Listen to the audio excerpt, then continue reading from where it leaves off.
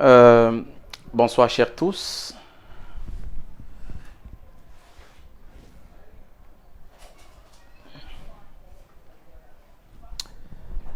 Euh, Bonsoir, chers tous.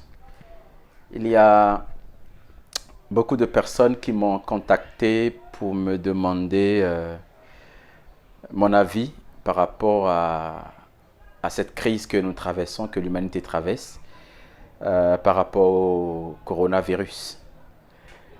Pour être honnête, j'ai pendant longtemps évité le sujet parce qu'il y a des choses qu'on ne peut pas dire si on n'est pas au cœur de certaines confidences. Il y a trop de choses qui se disent, on se demande si ce qui se dit vraiment est la vérité ou pas. Et beaucoup demandent l'avis pour qu'on puisse les rassurer, leur donner ne serait-ce que quelques mots d'encouragement et de réconfort. Je vais écarter, je vais mettre de côté tout ce qui concerne la théorie de complot, la théorie je sais pas, ils ont planifié, ils veulent faire descendre l'humanité comme il avait écrit, parce que on aura véritablement, on ne connaîtra la vérité qu'avec le temps. J'ai mon point de vue sur la question, mais je ne peux pas me prononcer par rapport à ça. On continue de suivre, on continue de nous documenter. Donc je vais oublier ça, je vais oublier le côté politique, le côté théorie, et je vais beaucoup plus m'accentuer sur ce qui pourrait être utile pour nous. Donc je vais aborder le sujet sur 3 points. Le premier point, c'est déjà quelle est la mentalité qu'il faut adopter en ces périodes difficiles. En cette période où on essaie de promouvoir la psychose, en cette période où on essaie malheureusement d'installer sur nos systèmes un logiciel de peur, qu'est-ce qu'il faut faire? Je crois que j'ai toujours enseigné à tous ceux qui me suivent que beaucoup de choses négatives, beaucoup de dangers et de catastrophes tombent sur nous par l'entremise de la peur. Si vous pouvez, malgré cette peur, malgré cette psychose, tenir bon, réussir à avoir une pensée sobre, positive et agréable, vous allez vous en sortir. Vous allez voir que même des personnes autour de vous peuvent être tombées alors que vous n'aurez rien. La bonne attitude dans ces périodes-ci est de rejeter toute peur. Comment? En trouvant des éléments ou en allant soi-même à la rencontre de la vérité.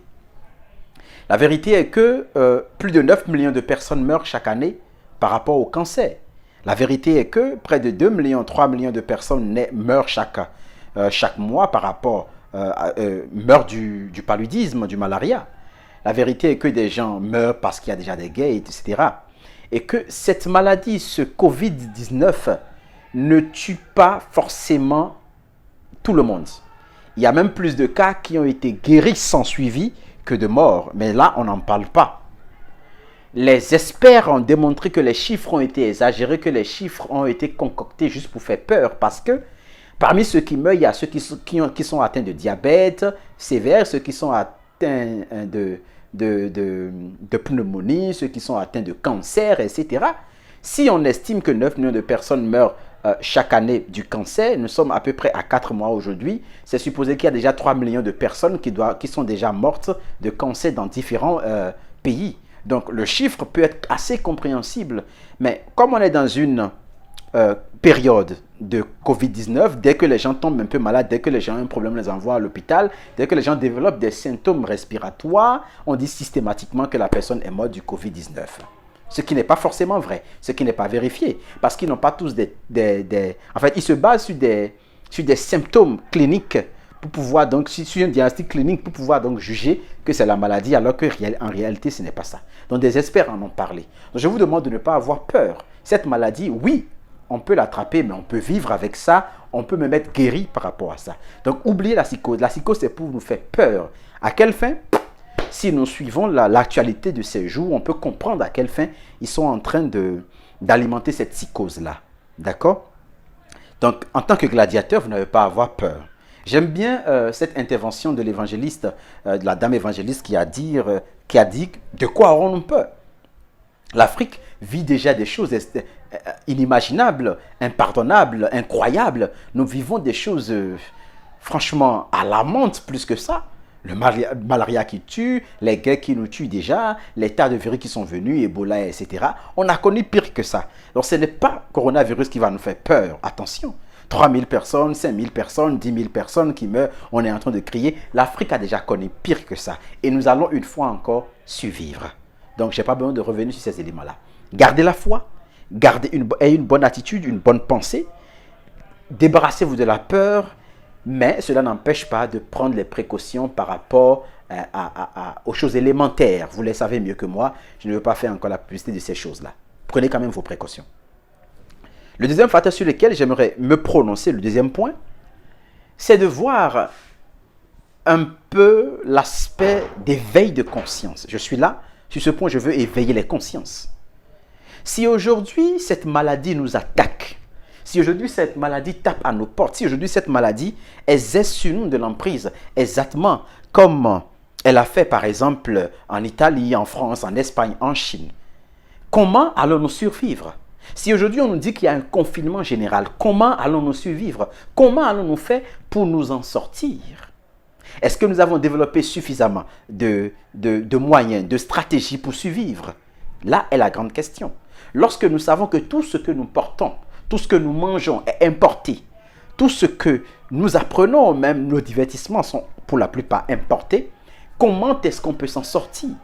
Si aujourd'hui on ferme les frontières, on ferme les ports, si on bloque tout aujourd'hui, est-ce que nous sommes en capacité, nous sommes en mesure de vivre, de survivre? Est-ce que nous sommes en mesure d'avoir une médecine qui nous soigne? Déjà le paludisme qui tue déjà, les petites maladies que nous savons déjà. Est-ce que nous pouvons faire face à ça? Est-ce que si nos mères vont à l'hôpital, elles peuvent facilement accoucher sans problème? Est-ce que nous avons les éléments de propreté? Si aujourd'hui il n'y a pas de gel hydroalcoolique, s'il n'y a pas de masque, il n'y a pas de gants, comment est-ce que nous allons vivre? Est-ce que nous avons d'éléments suffisamment adéquats qui peuvent nous permettre de tenir, de vivre? Là est toute la question que nous devons nous poser. Si aujourd'hui on ferme les frontières, qu'allons-nous manger? Si aujourd'hui on ferme les frontières, de quoi allons-nous vivre? Posons-nous la question. Et c'est ça qui devait nous amener à réfléchir, à savoir que l'Afrique, pendant longtemps, le Bénin, pendant longtemps, est resté là à s'amuser, à faire du n'importe quoi. Il y a 2 mois ou 3 mois en arrière, quand je faisais une vidéo pour dire « Arrêtons de sponsoriser le folklore, les bêtises », certains disaient que non, j'exagérais, que j'étais jaloux. Mais jaloux de quoi? Nous sommes dans une société où on se focalise sur les artistes, on se focalise sur ceux qui font de l'humour, du fou rire, on se focalise sur les joueurs, sur les boxeurs. Excusez-moi, où sont-ils aujourd'hui, ceux-là? Est-ce qu'ils peuvent trouver des solutions par rapport à ce que nous sommes en train de vivre? Non. Si on ferme les frontières et tout, est-ce qu'on peut survivre? Est-ce que nous avons des éléments? S'il n'y a plus d'électricité, comment est-ce que nous allons vivre? Est-ce que vous y avez pensé? Alors qu'il y a des jeunes qui font tout pour promouvoir, produire l'énergie solaire et que nous ne les encourageons pas. Si aujourd'hui, il n'y a plus de gaz, comment est-ce que nous allons vivre? Pendant ce temps, il y a des jeunes qui ont créé des foyers, qui sont partis de maison en maison, qui ont demandé des aides et puis on ne les aide pas. Comment allons-nous faire s'il n'y a plus d'énergie? Posons-nous la question. Posons-nous la question. C'est là le véritable challenge, le véritable problème est là. Si je dis on ferme les frontières, est-ce qu'on peut avoir du savon? Est-ce qu'on peut avoir du parfum? Est-ce qu'on peut avoir de l'alcool? Est-ce qu'on peut avoir du coton? Alors que chez nous-mêmes, nous produisons du coton. Est-ce que nous pouvons avoir ces éléments-là? Est-ce que le Béninois, est-ce que l'Africain peut être indépendant si on ferme les frontières? Là est toute la question. La vérité, non. Pourquoi? Parce que nous avons passé tout notre temps à nous amuser. Nous parlons de progrès. Le mot progrès veut dire en fait qu'il y a de l'avancée, qu'il y a de l'évolution dans ce que vous faites. Excusez-moi, en quoi est-ce que nous sommes évolués? En quoi est-ce qu'il y a du progrès? Les autres font du progrès et nous nous courons pour dire que nous sommes en train de faire du progrès. C'est faux, nous ne faisons pas du progrès, je suis désolé. Nous ne faisons pas du progrès, nous sommes en train de stagner purement et simplement. Dans le contexte actuel des choses, toute personne qui stagne est en train de regresser. Et l'Africain, malheureusement, est en train de stagner. Nous stagnons depuis des décennies. Nous n'avons fait aucun progrès. Nous n'avons rien développé. Pas de médecine, pas de soins. Il n'y a aucun élément de progrès en fait, pas d'invention. Il n'y a rien qu'on a inventé dont on peut s'enorgueillir, qui peut faire notre fierté, qui peut nous aider véritablement. Comment est-ce que nous allons faire? Là est la question. Du coup, j'aimerais vous demander de vous réveiller, Africains. Cette crise peut se terminer dans une semaine, dans 2 semaines, dans 1 mois, dans 2 mois. Cette crise peut s'arrêter le jour suivant. Mais cette crise vient simplement nous annoncer des choses, vient nous avertir, vient nous réveiller. Et il faut que nous puissions nous prendre en charge, il faut que nous puissions faire en sorte de prendre la relève, le devant pour nous assumer, pour être indépendants, pour être autonomes. Sinon demain, nous aurons des difficultés. C'est ça le plus gros. Les opportunités de cette crise, les leçons qu'on peut tirer de cette crise-là actuellement, c'est faire en sorte d'assurer notre progrès. Notre progrès, c'est de faire en sorte de devenir nous-mêmes, pardon, des facteurs, des éléments de développement. Mais si nous ne le faisons pas, on n'ira nulle part. Nulle part.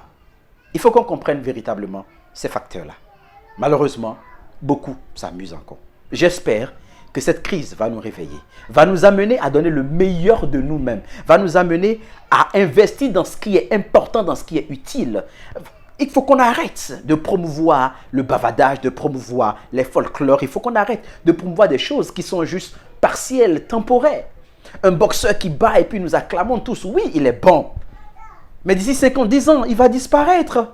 On va l'oublier, il aura encore d'autres boxeurs et ça recommence, ça recommence. Qu'est-ce qu'il laisse à la génération future? Rien du tout. Une coupe du monde qu'on gagne, une coupe d'Afrique qu'on gagne, oui, c'est nous, c'est notre fierté, on est révélé. Oui, et la suite? Dans 10 ans, cette coupe rapporte quoi? Quelles sont les retombées? On ne sait pas. Un artiste, un chanteur qui fait une tournée, on lui donne soit 10 millions, 40 millions, 100 millions, il fait tout ce qu'il a à faire. Ok, mais après ça, qu'est-ce qu'il laisse? Des chansons, des répertoires. Il aura d'autres artistes après lui, qui sont encore nettement mieux, bien outillés. Et lui, on l'oublie, on passe encore à quelqu'un d'autre. Qu'est-ce qu'il a laissé comme héritage qui peut nous permettre de dire, oui, ça là, on doit à quelqu'un? Non. Mais regardez un scientifique, quelqu'un qui trouve une solution pour le corona, par exemple, par notre confrère Valentin Agon, si effectivement son médicament peut résoudre ce problème et que son médicament est efficace, mais on ne peut plus l'oublier, il a fait un bien pour l'humanité. À chaque fois qu'il aura cette infection quelque part, on peut avoir recours à son médicament. Donc, les choses sont là. C'est les leçons que nous devons véritablement tirer de ces choses-là.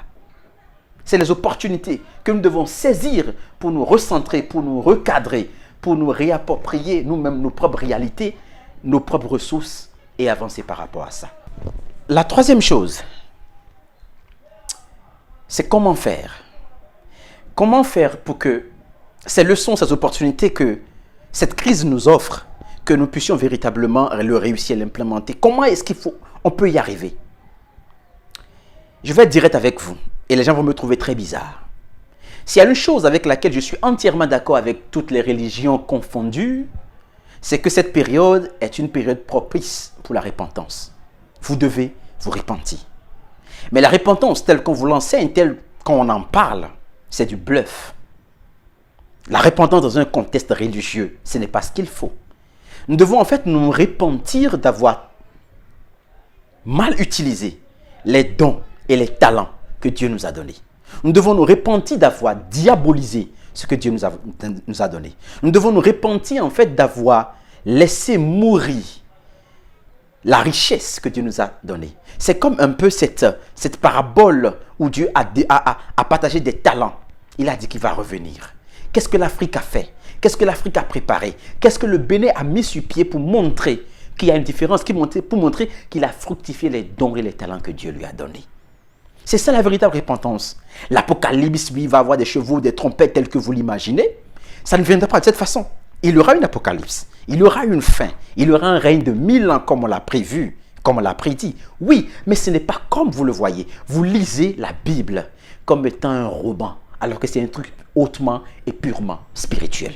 Arrêtez de penser qu'il va y avoir des chevaux qui viendront des cieux et c'est là que vous saurez. Non. Et on dit qu'il faut se repentir. Repentir par peur. Non. Il faut une repentance profonde. Écoutez-moi, je vais vous donner un exemple pour que vous puissiez bien me comprendre.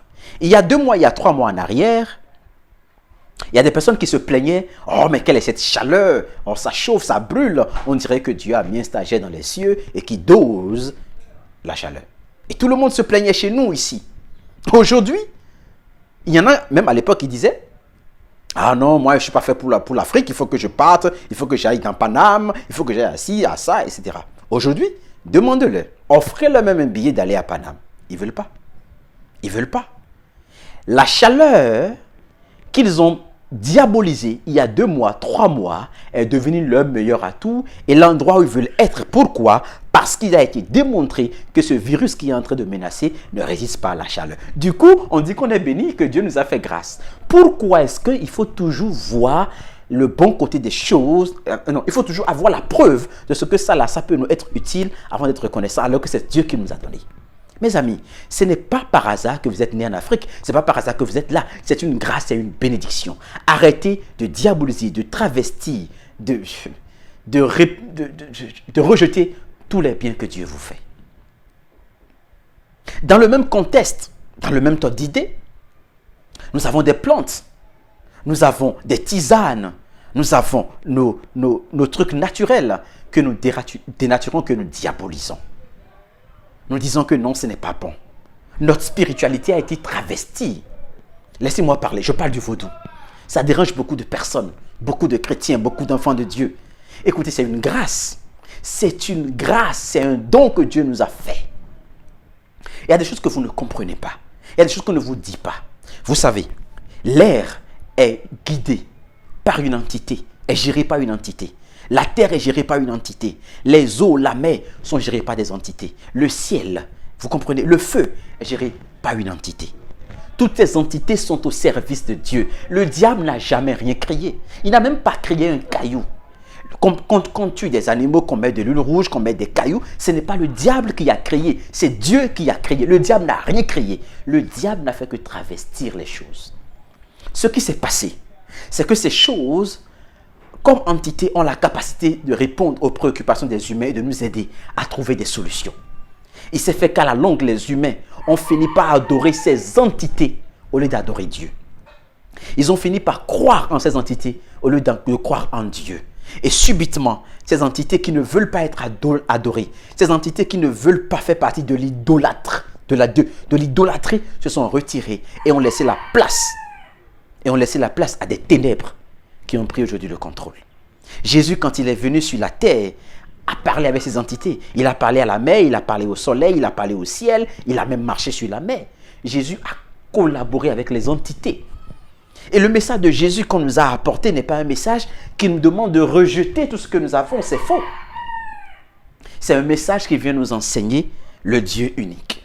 C'est un message qui vient nous dire, répandez-vous, abandonnez l'idolâtrie. C'est-à-dire quoi? Arrêtez d'adorer les entités qui ne sont que des serviteurs du grand Dieu. Adressez vos prières à Dieu et Dieu va répondre par le biais des entités. Dans nos couvents aujourd'hui, nous avons recouvert de ténèbres ce qui normalement devait être divin. Il n'y a plus de divinité, qu'on soit honnête. Beaucoup de choses ont été travesties, mal utilisées de façon erronée. Aujourd'hui, on fait du vaudou pour avoir de l'argent, on fait du vaudou pour mentir, pour tuer, pour voler, on fait du vaudou pour escroquer, on fait du vaudou pour intimider l'autre, pour contrôler l'autre. Ce n'est pas ça au départ. Et si vous ne me croyez pas, dites-moi, par quelle magie on prend une arme, on tire sur des personnes et ces balles n'entrent pas dans ces personnes et ces personnes arrivent à blesser encore les autres et à faire même des victimes dans le rang des militaires. Si ça, ce n'est pas une science, c'est quoi? Si j'étais président de la République, je vais créer une armée spécialement de chasseurs de Tchaoro. Ces chasseurs sur qui on tire et que la balle ne marche même pas. Par quelle magie ils ont pu réussir ça? C'est de la science, il faut apprendre ça. Ça, c'est pas pour nuire, c'est pour sauver des gens. Si aujourd'hui, on vient, on nous apporte un vaccin et qu'on veut nous imposer le vaccin avec des armes et que vous avez cette capacité de résister aux armes, qu'est-ce qui va se passer à votre avis? Mais ils vont partir, ils vont se dire, mais non, attention, le Bénin ne s'amuse pas, ils ne sont plus à ça. Mais aujourd'hui, s'ils viennent avec leurs armes, mon frère, tu parles seulement tu vas tendre toi-même ta main et ils vont te mettre le vaccin. Pourquoi? Parce que les dons, la richesse spirituelle a été dénaturée. Vous ne pouvez pas faire usage de l'arme plus que le blanc. Si aujourd'hui il y a une guerre, vous allez trouver les armes où? Vous allez acheter. C'est eux qui vont vendre les armes. Qu'est-ce qui prouve qu'ils vont vendre de bonnes armes? Qu'est-ce qui prouve aujourd'hui, si on trouve le remède, le vaccin, qu'est-ce qui prouve, même si vous avez l'argent, qu'ils vont vendre le bon vaccin? Qu'est-ce qui prouve qu'ils vont vous donner les bons tests qu'il faut? Non.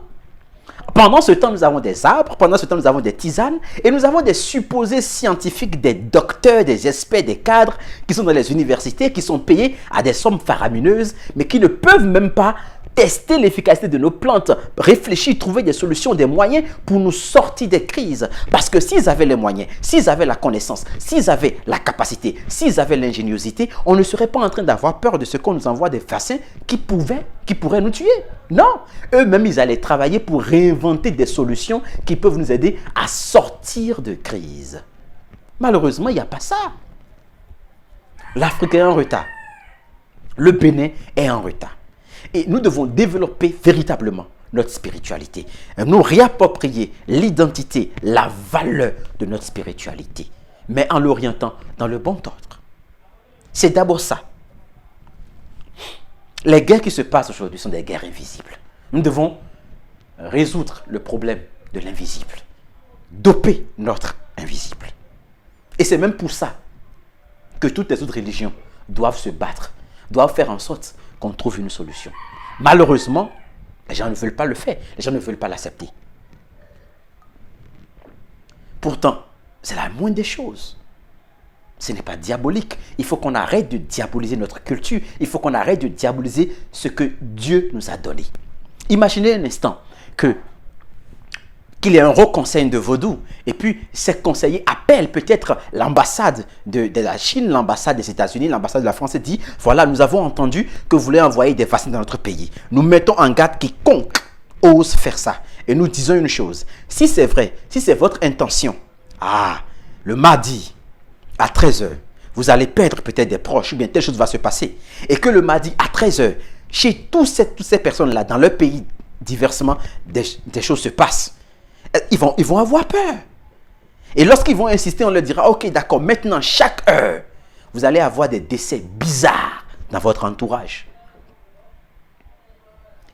Si cela se fait 1 heure, 2 heures, 3 heures, je peux vous garantir qu'ils vont abandonner leur projet de tuer ou bien de détruire l'Afrique.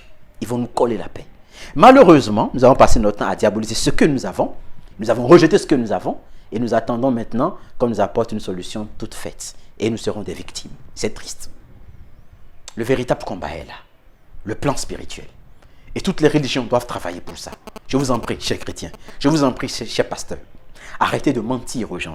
Arrêtez d'endormir le peuple. Commencez par leur dire la vérité. Commencez par utiliser la Bible au service de la cité, au service du développement, au service de la culture. Faites en sorte que l'Afrique soit développée sur la base des richesses, sur la base des ressources que nous avons. C'est ça le véritable élément. Si vous restez à l'église pendant des mois, vous jeûnez tout le temps, vous priez, si l'enlèvement a lieu, vous n'irez pas au paradis. Pourquoi? Parce que si vous avez sur vous l'onction de la pharmacie, l'onction de la guérison, l'onction de l'ingéniosité, vous ne l'avez pas fait. Vous irez tout de même en enfer, au même titre que la dame qui s'est prostituée. Il faut qu'on vous dise la vérité. Il y a trop de personnes à l'église qui ont des dons, qui ont des talents, mais qui ne le font pas parce qu'ils passent leur temps à servir un homme de Dieu, mais pas Dieu. Beaucoup sont ignorants. Ce n'est pas la faute aux hommes de Dieu. Mais il faut qu'on se réveille. Il faut qu'on mette véritablement la religion au service des dons et des talents que Dieu nous a offerts au travers de notre environnement, de notre atmosphère. Le deuxième élément, c'est de faire en sorte, Africains, de commencer par développer notre mentalité pour être nous-mêmes des créateurs d'entreprises, d'industrie. Vous qui volez ces blancs et qui prenez l'argent pour aller faire encore la fête. Je ne sais pas comment vous êtes intelligent. En fait, vous ne volez pas les blancs. Vous déplacez juste l'argent d'un blanc vers un blanc. C'est-à-dire, vous volez leur argent comme vous le dites, et vous consommez encore, et l'argent repart encore chez eux. Sans intelligence. Et vous pensez que vous êtes intelligent.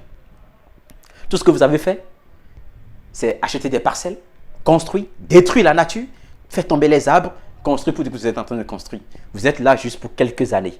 Vous allez partir, mais vous laissez des immeubles pour dire je suis fier d'avoir construit, j'ai une voiture et tout. C'est triste.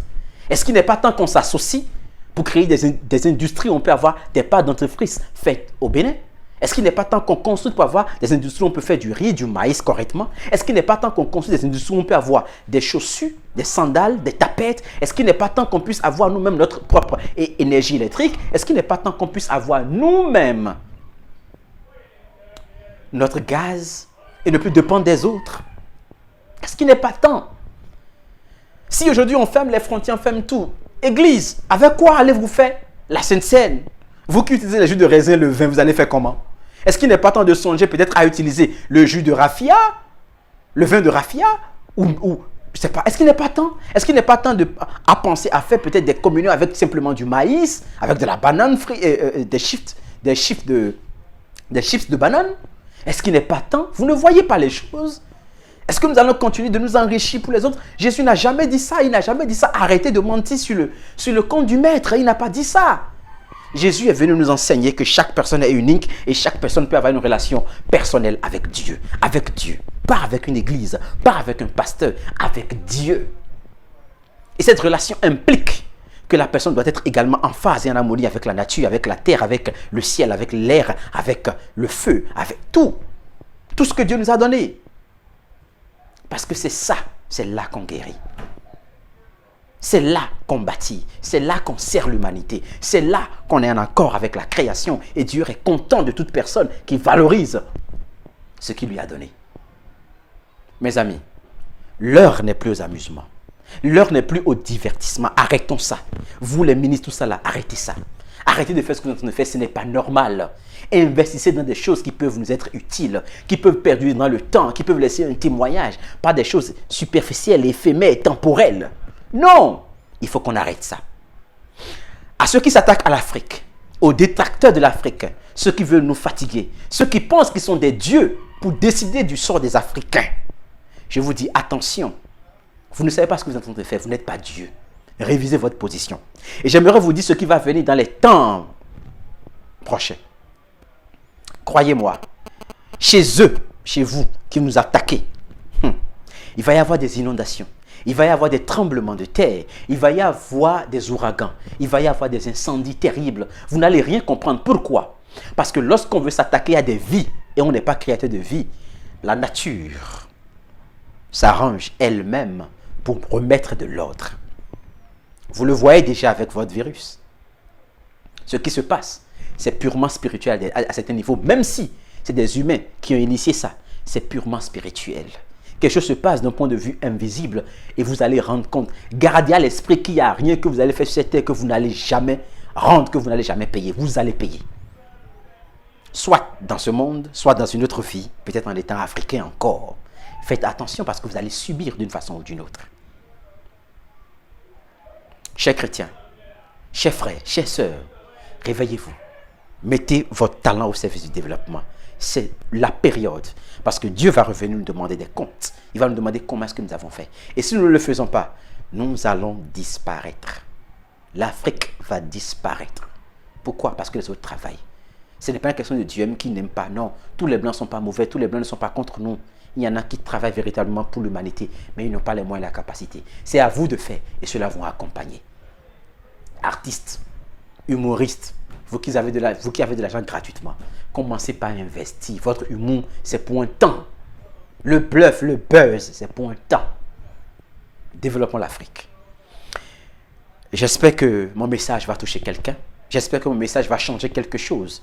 Considérez que le petit, ce gars-là, il raconte ces choses. Mais ce qu'il dit, si ça peut aider, je serai ravi. Si on peut m'écrire pour qu'ensemble on puisse réfléchir, je serai également ravi. C'était moi, Fumilayo, Mohamed Dorego. J'espère avoir été utile pour ma génération, pour ma patrie, pour l'Afrique et pour l'humanité.